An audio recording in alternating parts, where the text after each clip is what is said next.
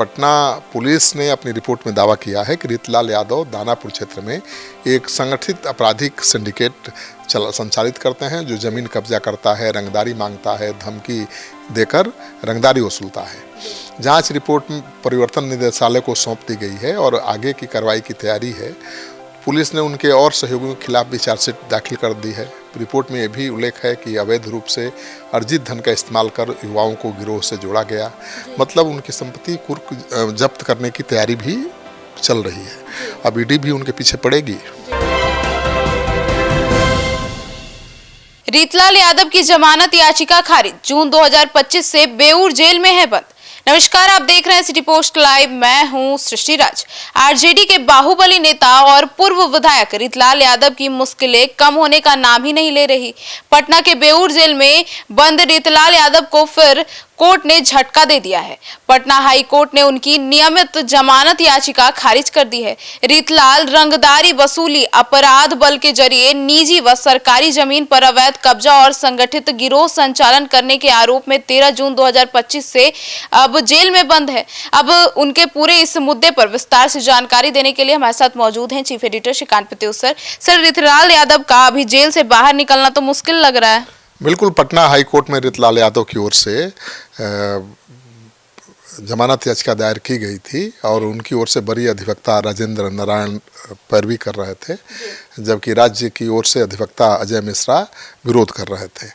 सरकार की ओर से बताया गया कि उनके खिलाफ करीब 40 आपराधिक मामले दर्ज हैं और बिल्डर कुमार गौरव से 50 लाख रुपए की रंगदारी मांगने और जान से मारने की धमकी देने के आरोप में खगौल थाने में 10 अप्रैल को प्राथमिकी दर्ज हुई थी रीतलाल और उनके लोगों के खिलाफ। इसके बाद 11 अप्रैल को पटना पुलिस ने रीतलाल के 11 ठिकानों पर छापेमारी की थी और उसके बाद पूर्व विधायक ने 17 अप्रैल 2025 को दानापुर कोर्ट में सरेंडर किया था। छापे में 10 लाख से ज़्यादा नकद बरामद हुए थे, 77 लाख रुपए के ब्लैंक चेक, 4 पेन ड्राइव और ज़मीन से जुड़े कई संदिग्ध दस्तावेज मिले थे। सरेंडर के बाद उन्हें न्यायिक हिरासत में बेऊर जेल भेज दिया गया, जहां अभी तक वो बंद हैं और वो जमानत की गुहार लगा रहे हैं, लेकिन जमानत मिल नहीं पा रही है। सर, तो अगर रीतलाल यादव की बात करें तो अपराध की दुनिया में वे कब कदम रखे? देखिए, पुलिस रिपोर्ट पर भरोसा करें तो 1990 के दशक में जब लालू जी का राज आया था, उन पर साइकिल मोटरसाइकिल चोरी और राहगीरों से छिनतई जैसे आरोप लगे। समय के साथ दानापुर क्षेत्र में उनका प्रभाव बढ़ता गया और ज़मीन की खरीद और फरोख्त जब बढ़ने लगी तो उन पर ज़मीन मालिकों और बिल्डरों से रंगदारी मांगने के आरोप भी लगने लगे। पुलिस के अनुसार निर्माण कार्य शुरू करने से पहले कथित तौर पर उनसे रकम देने का दबाव बनाया जाता था और यहाँ तक कि नीतीश सरकार में भी उनका रुतबा कम नहीं हुआ। उनके सुशासन में भी रीतलाल का डंका बजता रहा। जी सर, जमीन कब्जा करने का भी आरोप उनके ऊपर है। बिल्कुल, जांच में ये भी सामने आया कि मुस्तफ़ापुर मौजा में 77 डिसमिल जमीन पर 16 दुकानों का निर्माण उन्होंने करके किराए पर दे दिया। बाद में प्रशासन ने 15 मई 2025 को उस जमीन को कब्जा से मुक्त कराया।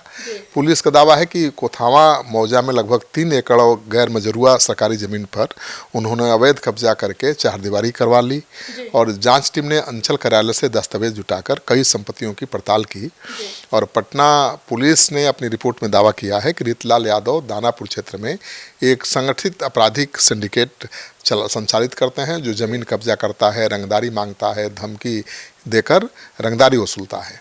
जांच रिपोर्ट परिवर्तन निदेशालय को सौंप दी गई है और आगे की कार्रवाई की तैयारी है।